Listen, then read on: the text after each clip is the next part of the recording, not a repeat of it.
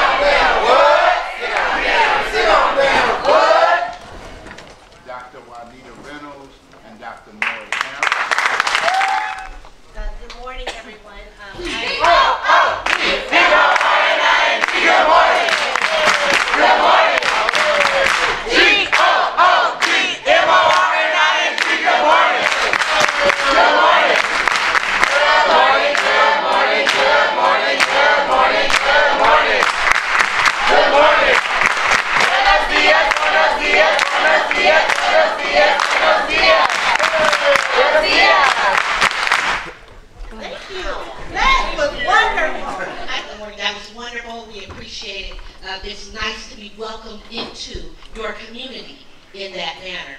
As Mr. Roberts said, I am Dr. Juanita Reynolds. I am currently the Director of Student Services and Safety for the Tennessee Unified School District. I have worked in education since 90-something. And started off as a teacher in Oakland Unified. I moved to Sacramento in 2001, where I worked in Sacramento City Unified School District at a school called Bret Harte, and fell under the guidance of a wonderful woman named Dr. Ramona Bishop, and then furthered myself and came to, I think the next place I came was Twin Rivers, and I worked at Castoria Elementary School as an instructional coach, working with teachers and principals on teaching and how to better service our students. I worked at a school called SAVA, which is an alternative education program, and I was an administrator there. Some people call it the end of the road. I call it the beginning of a new beginning. After SAVA, I went to Intercom. And from Intercom, there you go. From Intercom, I went to Jefferson Elementary School and then to the district office. So kind of a path. And I've been a part of this work for 20-some years, 25, almost 30 years. And my pathway has been starting as a classroom teacher.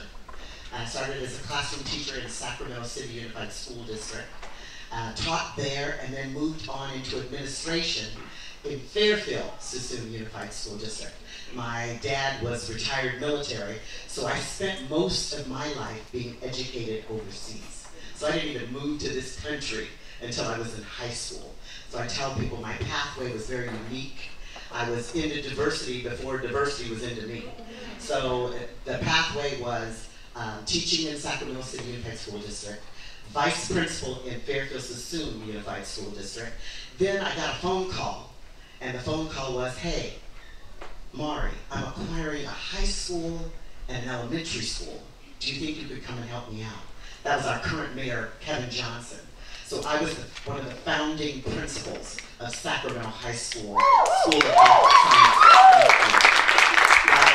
So we did that work, hard work. So I learned what the charter school movement was all about. So I was principal at Sacramento High School, and PS7 is elementary school. And then from there, I got that desire to grow and to write about my experience. And that's where Juanita and I met. We both were in the doctorate program at Mills College in Oakland, California. And I'm proud to say, you know, one of my professors was Congresswoman Barbara Lee. We just had a wonderful, magnificent time there. So it was incredible, learned a lot. And at that time when I was in the doctorate program, University of Pacific said, hey, we'd like you to do some work for us. So I did some teacher training went on to work with the Fortune School while I was in the doctorate program, and did teacher training in the Bay Area, in Concord, and also here in Sacramento.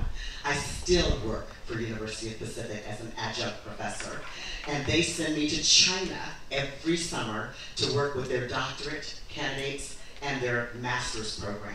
And I do it along with, maybe some of you have met my husband, but my husband Mark Harris is a professor at University of California, Merced, where I work with him in China, and I also co-teach with him at the University of California, Merced. I love being with our brown and black students in the Central Valley, so I do a lot of work there. And a lot of it is about women in leadership. And so I do a lot of conversations about what it was like for us to move up the educational ladder into administration. Currently, I'm with University of Pacific, as I said, as a professor with them, and I'm a vice principal in Elk Grove Unified School District. And I work at a school that is predominantly Vietnamese. So our population is very diverse. I think we have exactly 90 African American students, and I'm the only black official worker on the campus. So the route has been a very unique one. We love what we do. Discipline is one of the things that is a primary part of my job. And so I do want to share some of those tips with you. But I want to say that what you're going to embark on this summer is important work, because you're going to give the students that change, that element that they need, that they will not get from a traditional public school. So this morning, we're going to give you guys a series of things while you're writing your name tags down. Everything that we do, for the most part, is really going to be collaborative in nature. And you guys are going to work together. It's not about one idea. It's not about one thought. It's about how we come together as a collaborative to achieve a common goal. And that is how we service our young people this summer. While we're doing that, I want to understand any historians. Anybody who did this last year? I see a few familiar faces. Okay. So you guys are our historians. You are our experts on your experience. And so we will lean on you to help people who are new, to help guide and help direct us as well, because you actually walked in those shoes last summer.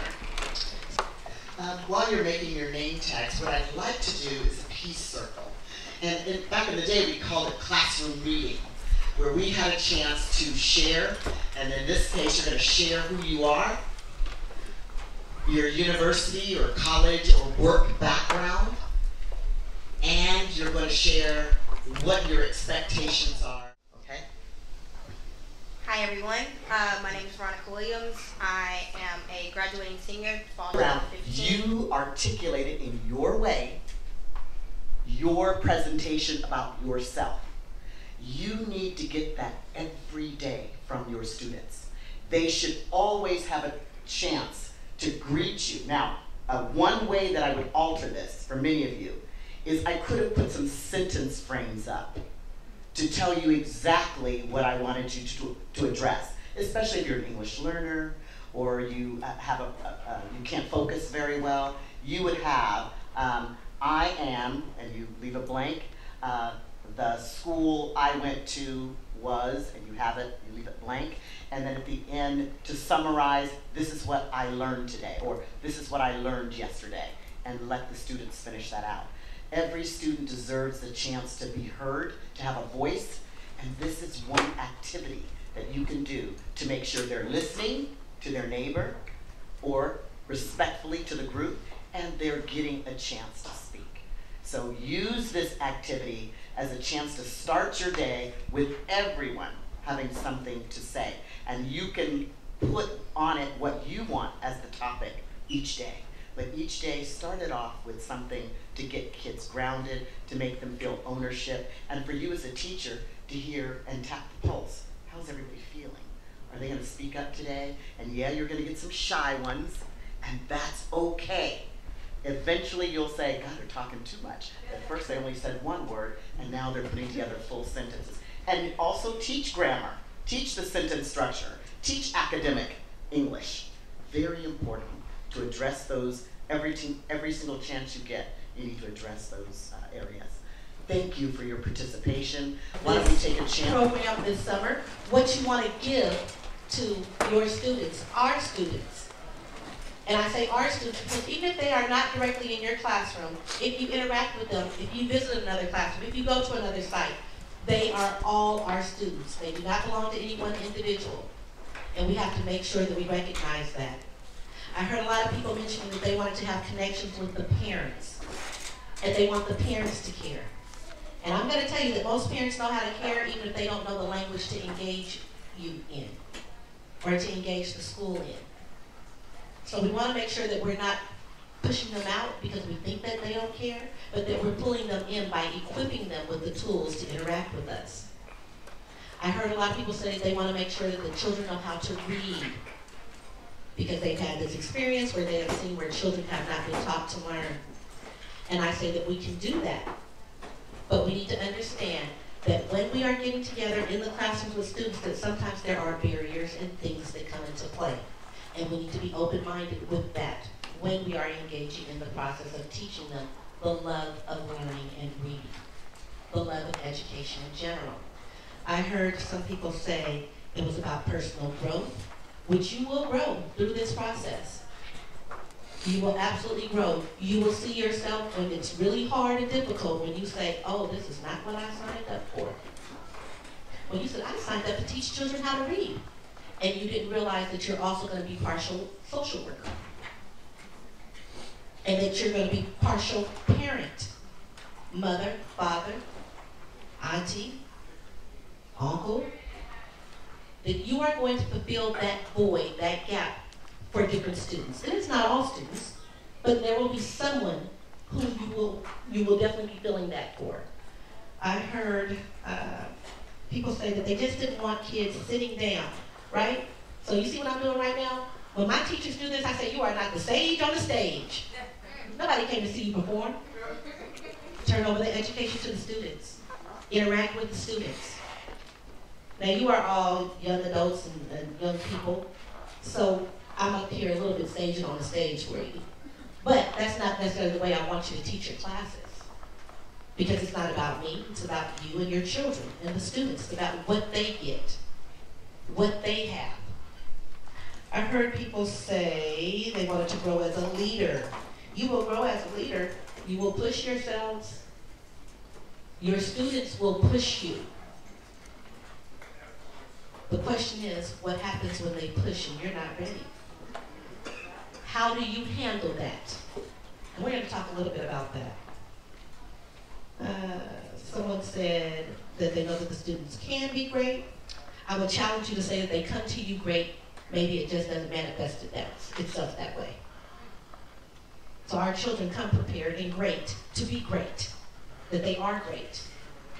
But maybe, if they don't know how to read, maybe the way that the person is taught in school is by misbehaving a little bit, so they get that attention, good, bad, or indifferent. Some people say they want to be a teacher. Wonderful! That's what I want to hear, great, right? We want you all to be teachers. You are a teacher. In your everyday life, whatever you're doing, you are a teacher.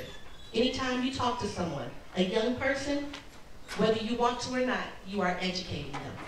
Whether you are teaching them a lesson about themselves, about life in general, about you, about society. You are always a teacher.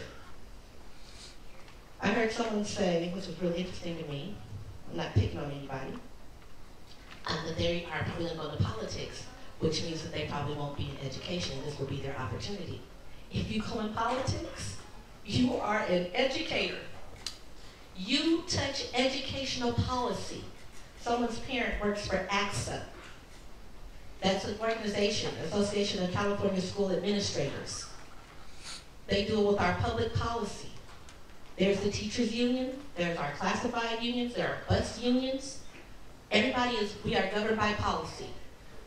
There's an education code out there, 44100. Talks about having teachers and staff members that look like the students in the school. So whatever you do, you are involved in education. Let's see what else.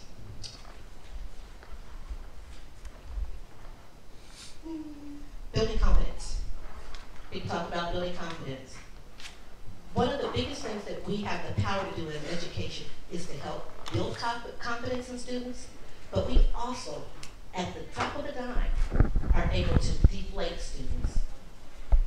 Whether you tell them what they did was wrong, whether you embarrass them in front of a group of people, you hold the power to build it, to also inflict harm, quite frankly. And we want to make sure that we are cognizant that we are always trying to build capacity and confidence in our young people, because they will learn, they will excel, given the appropriate people and tools.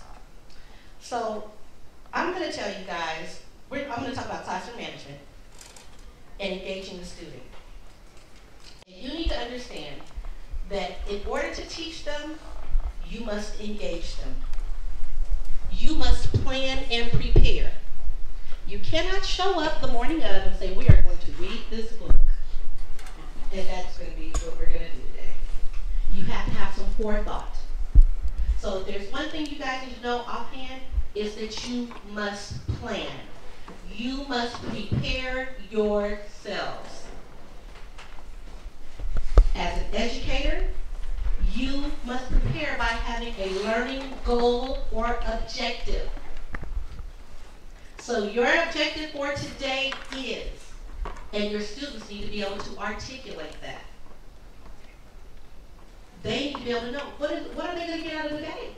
We're going to have fun, we're going to do what? Make it engaging. What are they going to do? But be clear, have a target. Know your goal. Because that's the first step in getting them engaged. If you don't know where you're going, you got a bunch of people following behind you, and guess what? Everybody's lost with you, right? So you have to have a goal. You have to know where you're going. So I know where I'm going. I come in the morning, I have my goals and objectives, and we do our community building. And Anika? Annika decides she's going to cut the food. Right? Because Annika got up this morning and she had to help her mom, you know, get the food together, and they were up late last night already because their little brother was sick. But I have a goal. I have an agenda. But Annika is acting up. How do you handle that? What happens on those days? What happens on those days when it's really rough? I'm going to tell you that teaching is not for the faint of heart. Sometimes it won't be all happy, all joy. Because sometimes our kids come with things that you will have to address. And if you address them, you can teach them how to read, you can teach them how to do anything that you need to. But I'm going to tell you that it's not always going to be easy. So I want you guys to take 2 seconds, and we're going to do some peer share. There's somebody right beside you, or sometimes there'll be a threesome. But talk to people about you. What do you think will be a challenge for maybe little Miss Annika, who comes in the morning and you have your goals down, you're ready to go, but she's had a rough day at home. At 7 o'clock already this morning, she can go to bed till 2 a.m. How would you address that challenge? Tell the person beside you. Take 30 seconds and then switch speakers. Thank you. Very carefully, because she's probably very fragile. Because you know, she's been through a lot, so problem solving, I mean, there's a lot of different ways you can approach it. You can talk to her. That's probably going to add to the stress and the annoyance, so you gotta address her really gently and try not to say the wrong words. If you just keep pressuring her, it's just gonna make her even more frustrated, and that's really not gonna do any good for you or for her. So if I do that, just bring it back to me. Thank you. Or whoever the speaker is. You guys shared out. Anybody care to share a way in which they would have handled Miss Annika? Talking about how we would go and make sure we don't broadcast in front of the class. That we would actually take time, like the very next break, to go ahead and talk to her. Maybe even do it indirectly. Like, oh man, you know, sometimes like you have a long night when you come in. Like, there's a whole lot of other stuff going on besides here. I know how it is. And then just give her the opportunity to open up what she feels like, in case she doesn't really want to disclose to you what's going on. You know, first chance you get to break, break and have a talk. And it's also like, building up that trust. You gotta let her know that you're gonna be there. That's what those extra hours are for on the weekends, right? You gotta let her know that she can't hesitate to call you. That you're always gonna be there. So you gotta build up. You gotta break her barrier down to build her up, build that trust up. That's how I see it. One of the things I would do is just to identify what's going on. I ask the kids, you know, what's their highs, what's their lows of the day. And I can basically judge off of what they say. If it turns out to be a problem throughout the day that it needs to be isolated, like you said, in that situation, you know, I'll wait till there's a convenient time and I'll pull them over to the side, you know, and I'll say, hey, you know, what's going on? And they'll talk to me. And what I do is I try to identify, empathize with them and let them know and maybe share something to gain that trust and let them know that there's other alternatives. Ask them what they need, what could have done, or what did they want to have happened. Let them get that out and kind of come to their own decision. But I do try to turn what they may think is negative at that time into a positive light and make it a strength and let them know that they were courageous to share that and just try to make it a better decision knowing that tomorrow going into it they have a choice to control their emotion and how they feel about it, although it may be a great responsibility. You know. Ms. Brown's idea was based on whatever environment we're in, like if we're in a classroom setting where there's other kids that we can't necessarily leave at the time, maybe make her your personal assistant for the day or give her a special task. If you see it's a student that is behaving in a way that they don't normally behave in, you know, give them a special task for the day, and then when you have time, just kind of break off and see what happened earlier. Or even, he talked about doing something physical, like having them jump up and do something for a second just to get her mind off of it. Just those tactics where we don't have to necessarily take ourselves away from the rest of the kids, but still be attentive to whatever she's dealing with. One of the things that were mentioned on the walk home, speak about what was bothering them, and what that does is allow them to be able to trust that they can bring their problems to you. One of the things that I learned here at the main center was, you know, at the gate, that's where the kids are coming through. So we meet them at the gate and we're saying, hey, high five, how's it going, how's your day? And then before we even get in the program, we're able to identify who's having a bad day and who's not. And then we can address that before we're in the middle of the program. So our group talks about a lot of the similar things like taking a nap, being personal helper, but a lot of these kids have a problem with expressing that emotion and telling somebody something's wrong and asking for help. So you also have to be in tune with all of your students, and even though it's hard that first week, it should be really getting to know their personality, know who they are, knowing their parents, because when they are having those problems coming, I'm tired, I'm sleepy, not only is it our responsibility to make their day better, but also vocalize that with the parents so that they know that their child is coming in tired and sleepy, and then we figure out what we can do better here and at home so that they don't come like that anymore. So a lot of what you guys talked about was relationships.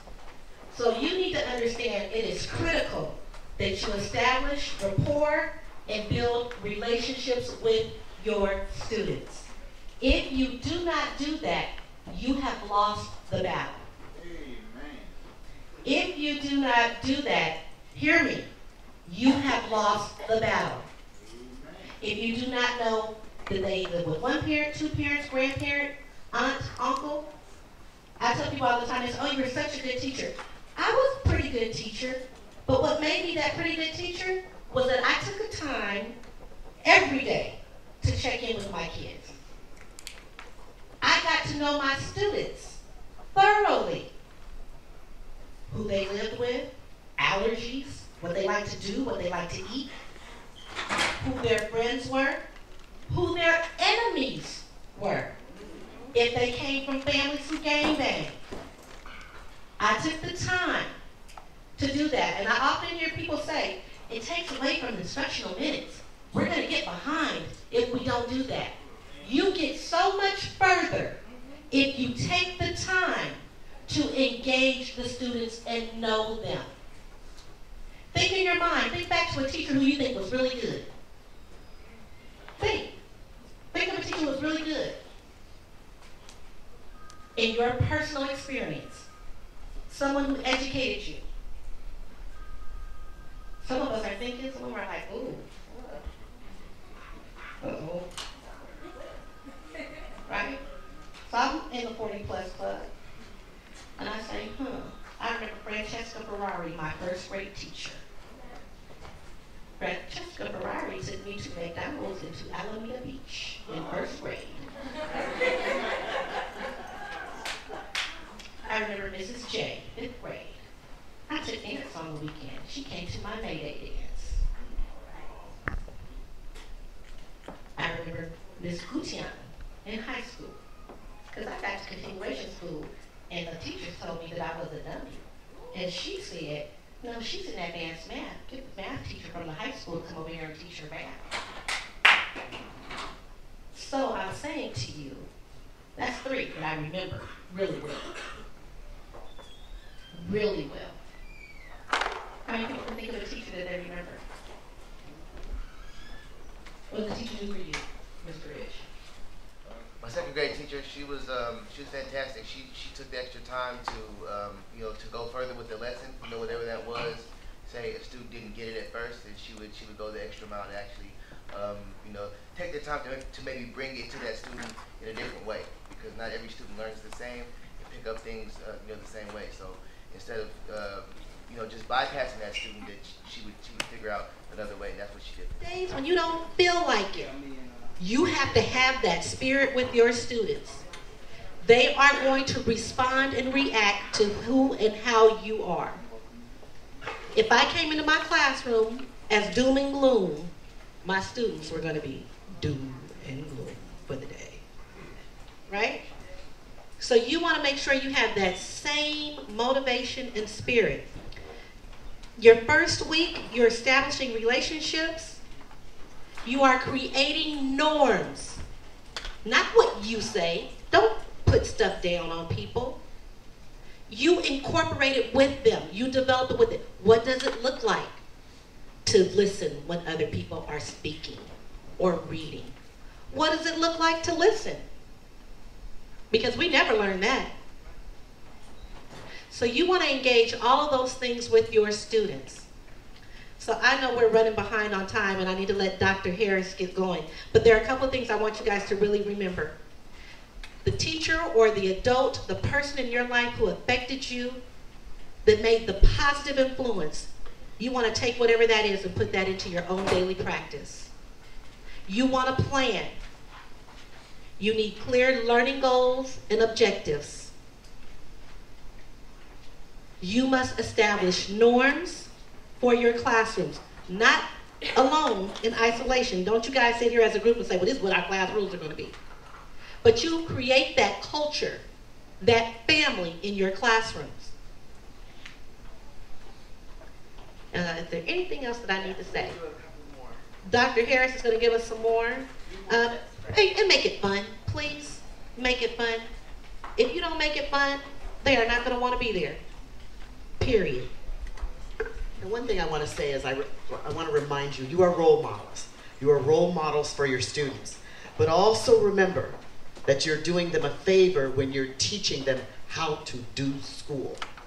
You're teaching them those rules. So that's why we said when you build those relationships, teach them how to do school. Teach them how to value it. You're all in this room because you value school.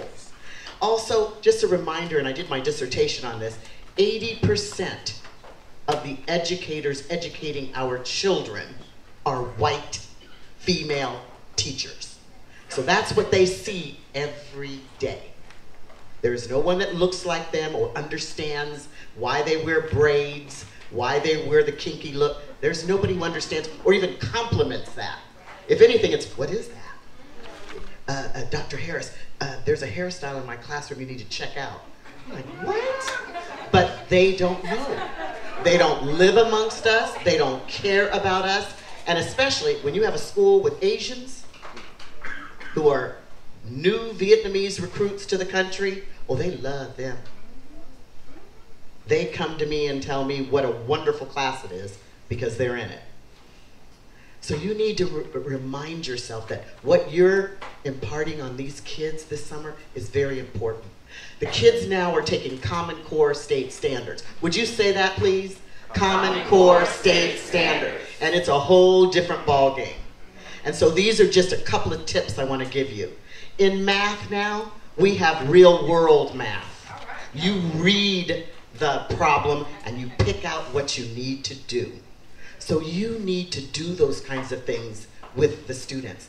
And even if you did one a day, to be able to say, God, what do we need to do here? What operation do we need to use? What numbers are involved in this operation? Do we know how to multiply? Well, then maybe I need to back up and let's learn how to multiply first. Another thing I want you to do with reading, when you give them books. Now, I don't know if you're doing guided reading. I don't know what kind of reading the Freedom School program does with the students. But make sure you look over the story first and pick out the vocabulary words. Teach those first. And not only teaching the word, but do a description, do a body movement that goes with that word. Do something that gets our students who love to move, love to make rhymes, give them something to do with those words. Then read the book and ask questions. Don't just read a story and it's done. Comprehension is the biggest issue we have with our children in public schools, because a lot of them are coming up with, what is it, ADHD, they don't want to focus on the reading, so we tell them you've got to do it a different way.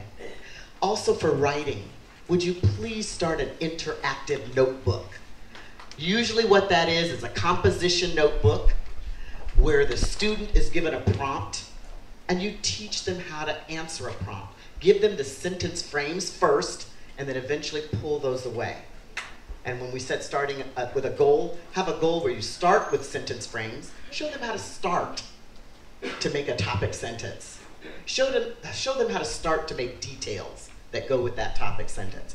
Also in an interactive notebook, they can write a note to you. How did everything go today? Write that in your notebook. And you must take that and read it and write a note back. Have them write a note to a neighbor in the class or a friend in the class.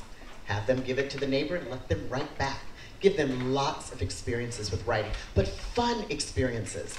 This Freedom School experience should not look identical to what they see in the classroom every day, 180 days of the year. This is not punishment. No, please don't do that.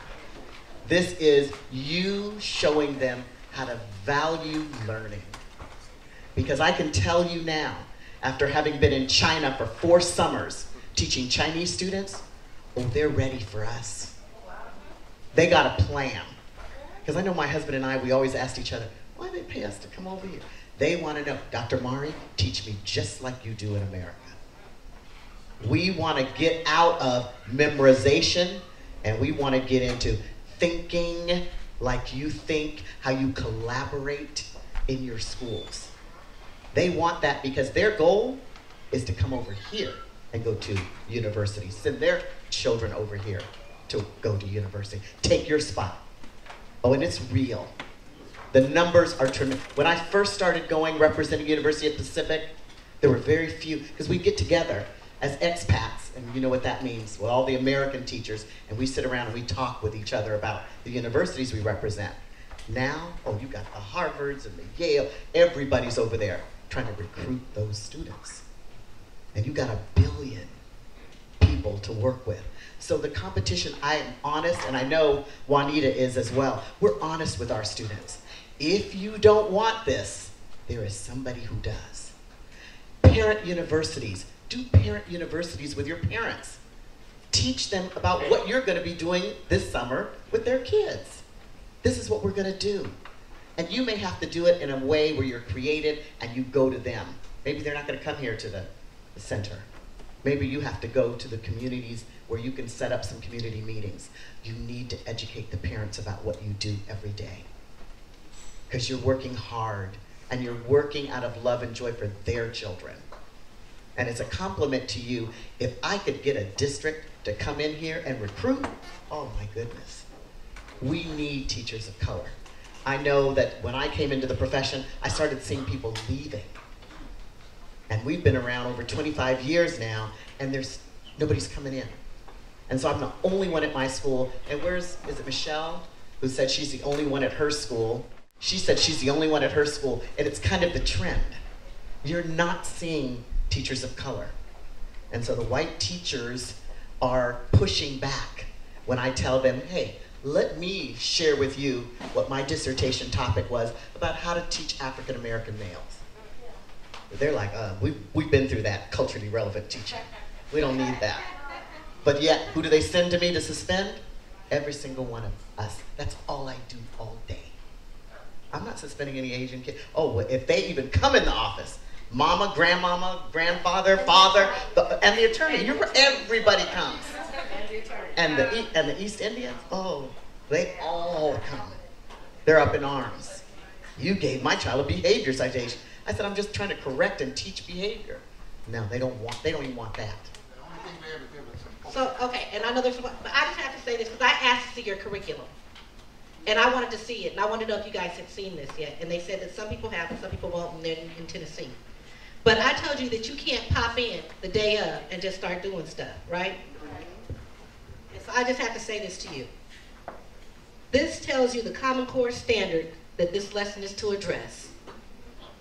This tells you the skill.